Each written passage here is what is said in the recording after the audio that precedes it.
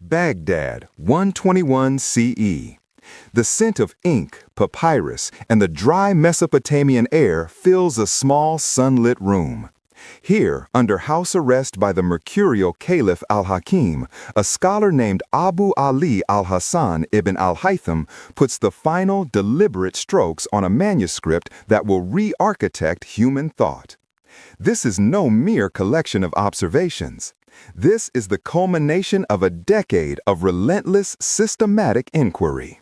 He calls it the Kitab al-Manazir, and with its completion, a silent revolution is born. For over 1,000 years, the giants of classical antiquity, Euclid, Ptolemy, Aristotle, had dictated the terms of reality. They argued that vision was an act of projection, that our eyes emitted invisible rays to grasp the world, like a blind man's cane. It was a beautiful philosophical idea, an elegant piece of logic. But Ibn al-Haytham had a radical, almost heretical question. What if it was wrong? And more importantly, how could one it was wrong? This question was the key. While his contemporaries in the Islamic world engaged in brilliant debate and preservation of ancient knowledge, Ibn al-Haytham was forging a new path entirely. He wasn't content with logic alone. He demanded evidence, repeatable and verifiable. He constructed the world's first, or the dark room. He sealed a room from all light, punching a single tiny hole in one wall. On the opposite surface, a perfect inverted image of the sun-drenched world outside appeared. The implications were shattering. If the eye rays, this phenomenon would be impossible. The image could only be formed by light entering the hole from the outside world. Light, he realized, was not a tool of the eye, but the very medium of sight that flowed the eye. The intromission theory was born not from a debate, but from an experiment. This was a seismic shift. He had replaced philosophical speculation with empirical proof. But he didn't stop there. The Kitab was a 7-volume magnum opus that laid out for the first time in recorded history a complete and rigorous scientific method. He articulated a process that is strikingly, almost eerily modern. First, you begin with observation of the natural world. Then you define a clear, testable problem. From there, you formulate a hypothesis, an educated guess based on existing knowledge. The crucial next step, the one that separated him from nearly every thinker before him, was to design and conduct a physical experiment to test that hypothesis. You don't just think about it, you build it, you measure it, you record the data. He meticulously documented his experiments on reflection, refraction, and the properties of lenses, using sophisticated geometric models and mathematical proofs to analyze his results. Finally, he insisted that the conclusion must be based solely on the experimental evidence, and that the entire process should be open to scrutiny and replication by others. This was the blueprint for science as we know it: hypothesis, experimentation, observation, mathematical proof, and peer review. This wasn't just a new way of studying light, it was a new way of knowing. He explored the psychology of visual perception, noting that what we see is interpreted by the brain based on experience and memory.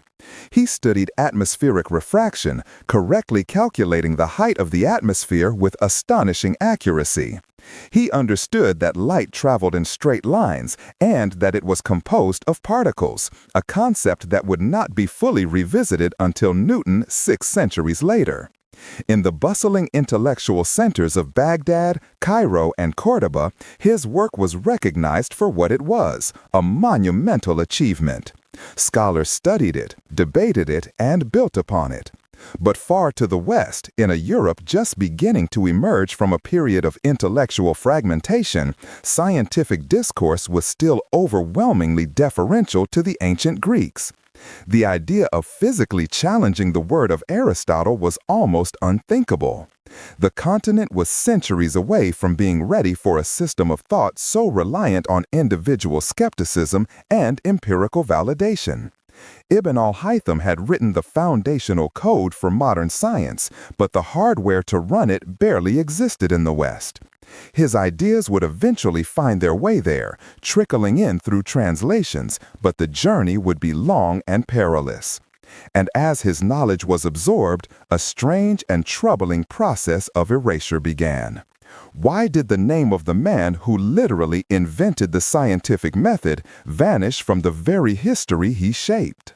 Following that quiet revolution ignited by Ibn al-Haytham's Book of Optics, the question of his disappearance from Western history finds its first answer not in a conspiracy, but in a translation. By the 12th and 13th centuries, intellectual hubs like Toledo in Spain became crucibles of cultural exchange, where Arabic texts were painstakingly translated into Latin. It was here that De Spectibus, or On Vision, and it was here that Abu Ali al-Hasan ibn al-Haytham was given a new name, Al-Hazan.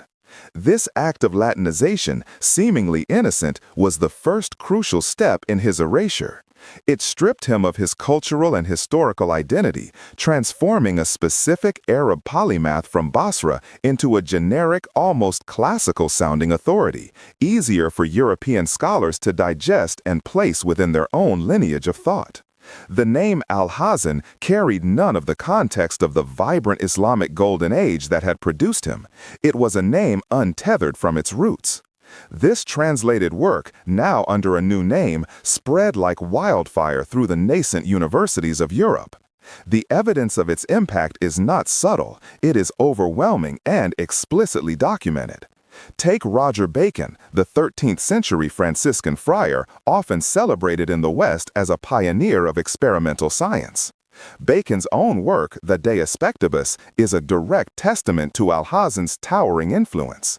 He doesn't just mention him, he reveres him, citing Al-Hazan over 100 times, referring to him as the master of optics, and declaring that he alone should be followed in all things related to this science.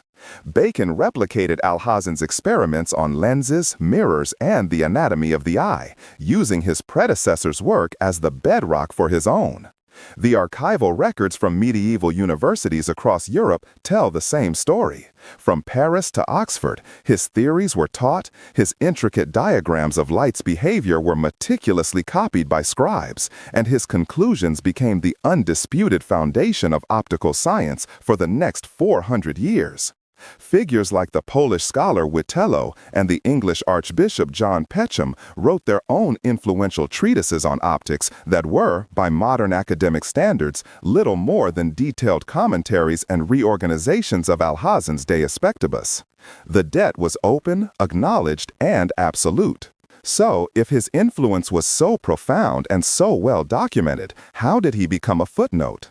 The mechanism of erasure was a slow, systemic process that accelerated with the dawn of the Renaissance. As European science began its own explosive period of growth, later luminaries built upon the foundations Al-Hazan had laid, but the chain of credit began to break. Johannes Kepler, in the early 17th century, brilliantly solved the final piece of the puzzle of vision by correctly identifying that the lens of the eye projects an inverted image onto the retina.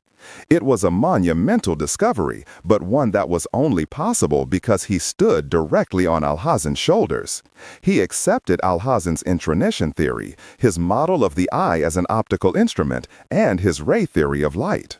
Yet, in the narrative of science that began to form, Kepler became the father of modern optics, and Al-Hazan, the man who had provided the entire framework, became a mere predecessor.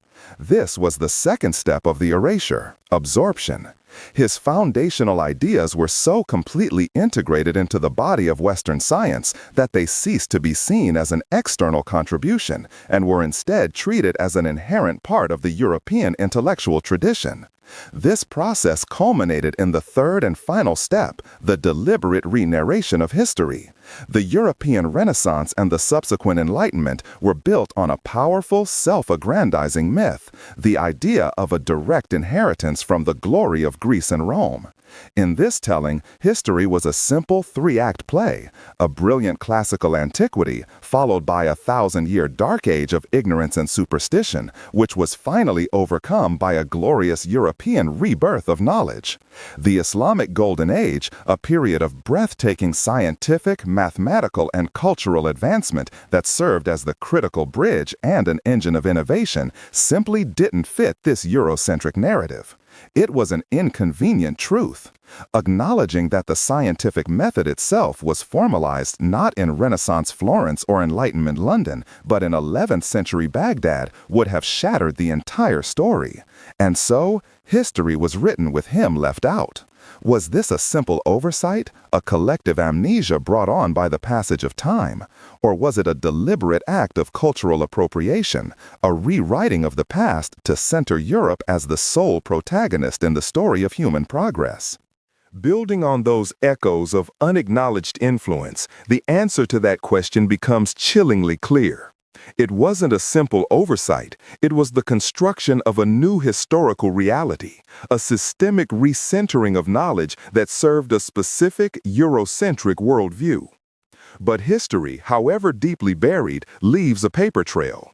The work of reclaiming Ibn al-Haytham's legacy began in earnest in the 20th century, spearheaded by historians of science who refused to accept the sanitized version of the past. Scholars like A.I. Sabra and Rashdi Rashid dedicated their lives to returning to the source, meticulously translating the Quran and dozens of Ibn al-Haytham's other works directly from the original Arabic. They bypassed the centuries of Latin interpretation and commentary, revealing a thinker far more sophisticated and revolutionary than even his medieval admirers understood. This academic detective work culminated in global recognition when UNESCO in 2015 declared the International Year of Light and Light-Based Technologies, explicitly honoring Ibn al-Haytham as the foundational figure in the science of optics. It was a global admission, a correction to the historical record centuries in the making. This modern reckoning has revealed that his genius extended far beyond just the physics of light. In meticulously reconstructing his original contributions, we find not just optical breakthroughs, but also profound insights that predate entire fields of Western science. He was, arguably, the world's first psychologist of perception. He systematically investigated visual illusions and was the first to argue that perception is a process of judgment and inference, not just a passive reception of data. He understood that the brain actively interprets ambiguous signals from the eyes based on prior experience, a concept that would not be fully developed until the Gestalt psychologist of the 20th century. Furthermore, his scientific method contained a revolutionary and deeply modern humility. In his obsessive documentation of his experiments, he implicitly acknowledged the concept of uncertainty and experimental error. By insisting on repeated trials and acknowledging slight variations in results, he laid the conceptual groundwork for statistical analysis, understanding that scientific truth is approached through probability, not absolute certainty. His legacy is not an artifact in a museum, it is embedded in the very fabric of our modern world. Every time a scientist formulates a hypothesis and designs an experiment to test it, they are walking a path he first paved. Every camera, from the one in your phone to the Hubble Space Telescope, operates on the principles of the camera obscura he perfected. Every fiber optic cable carrying this very message across the globe relies on the principles of light refraction he first mathematically described. His work on conic sections was essential for the development of parabolic mirrors used in solar power and satellite dishes. The scientific method he articulated is the engine of all technological and medical progress. He didn't just contribute a few ideas, he built the operating system for discovery itself. And for 500 years, the dominant historical narrative pretended the inventor never existed.